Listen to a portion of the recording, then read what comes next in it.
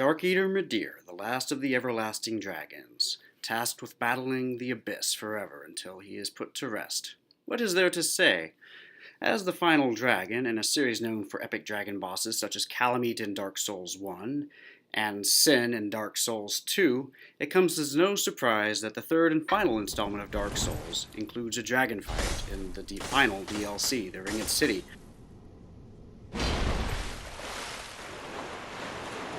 Dark Eater Midir, with his epic size and epic damage output, combining not only melee, but fire and dark sorcery damage, provides a fitting climax to the Ringed City that will long be remembered, love him or hate him. Nonetheless, despite the series' notorious reputation for difficulty, Midir's boss fight consists of an easily manipulated AI that a savvy player can exploit to their advantage, and speedily dispatch this most epic of dragons, putting the lie to the notion that Midir is an endurance test. While Midir remains a pattern recognition puzzle written in epic pixelation, nonetheless he should prove only a modicum of challenge when taken on his own terms.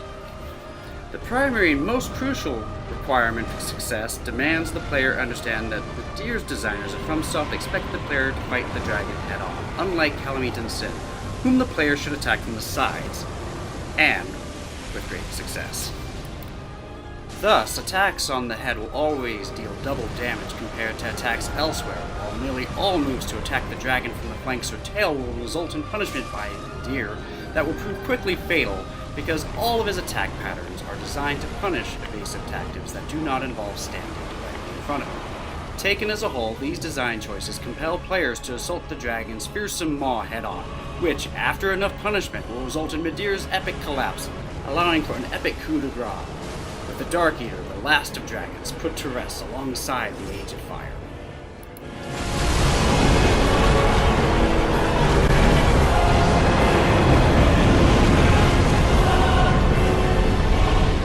Weapon choices always remains an important decision. While weapons with lightning damage, such as the Dragon Slayer Axe, or weapons that do extra damage on abyss enemies, such as the Wolf Knight Greatsword or the Farron Greatsword, aka the Disco Sword, will provide bonus damage against Midir, they are not necessary for success.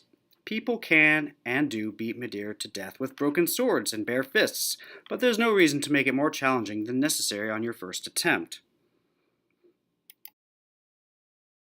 Learn Midir's attack patterns. Use your iframes or invincibility frames to evade damage, and you will feel that glorious sense of accomplishment known to Dark Souls fans all over the world. Iframes, known as invincibility frames, are the moment in a player character's animation where they will be invulnerable to all damage during the frames of that animation through an enemy character's hitboxes. These are a staple of Dark Souls combat with a long history in video games. I can remember them as far back as Ocarina of Time from The Legend of Zelda at the turn of the century. On the other hand, while using iframes to dodge is a glorious feeling, sometimes iframes do go wrong, and when iframes go wrong, bad things happen. Now let's look at Midir's opening moves. Stand still. The experienced Midir Slayer allows the dragon to charge their player character. While I do move under him quickly, I allow him to cover most of the distance before beginning the attack, allowing me to close up and hit him right on the head. Another infamous killer of the new Midir fighter is the tail. That tail hits harder than a Mack truck, so when Midir charges and misses, and you attempt to close the gap, beware that his tail can and will kill you if you fail to pay heed, so roll away. When pressured, Midir may fly over the player and douse them with fire. Run always to Midir's right. If done quickly enough, you will have time to be cheeky and emote during the battle. Midir's tail for his raging bull attack fires, roll to his left, roll twice if necessary, and then the other attack I call fire down below. When he blasts his feet, run out, then run back in. Again, smack him in the head. It's that easy. This next attack I call Godzilla. If you are too far from him, in Phase 1 he will go full Godzilla on you and bathe the arena in the deadly pyrotechnics extravaganza. As it develops, run toward his head and avoid the worst of it. It can kill you in one shot, no problem.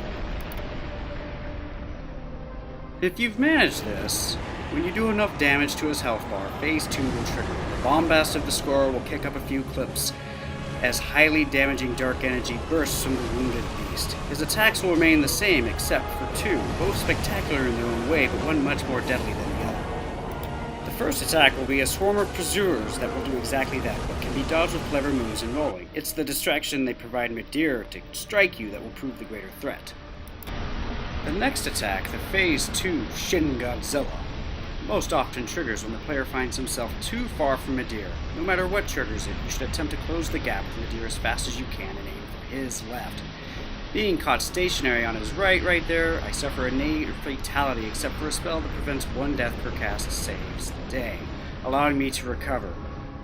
Since the attack has a long recovery fitting its epic grandeur, survivors enjoy free shots to Midir's mighty skull, which should be enough to finish him off if you've been playing wisely, evaporating the rest of his mighty health bar and ending his long servitude to the dying age of fire.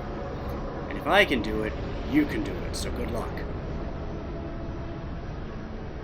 And here comes the crit.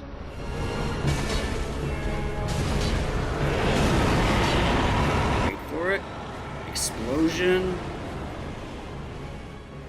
And now it's been delayed, but you can go ahead and finish him off. And that's it for Midir. Easy peasy. GG, as they like to say. If I can do it, you can do it. I hope that you've enjoyed this. Thank you very much.